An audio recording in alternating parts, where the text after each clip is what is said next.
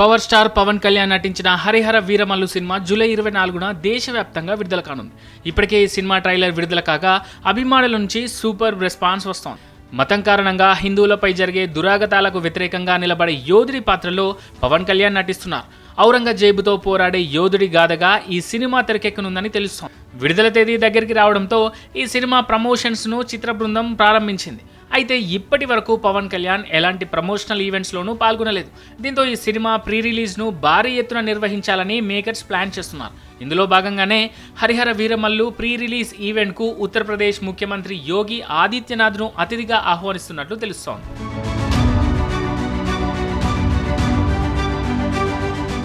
Harihara Veeramallu pre release ఈవెంట్ను 2 చోట్ల plan చేసినట్లు తెలుస్తోంది.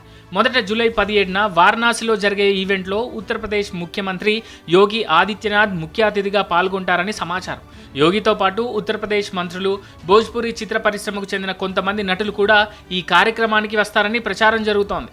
ఇక దీని తర్వాత జూలై 19న తిరుపతిలో జరగనున్న Harihara Veeramallu cinema pre release ఈవెంట్కు ఆంధ్రప్రదేశ్ ముఖ్యమంత్రి చంద్రబాబు నాయుడు గౌరవ అతిథిగా హాజరు కానున్నారని తెలుస్తోంది. ఆయనతో పాటు మరికొందరు మంత్రులు కూడా ఈ మూవీ ఈవెంట్కు రానున్నారని సమాచారం.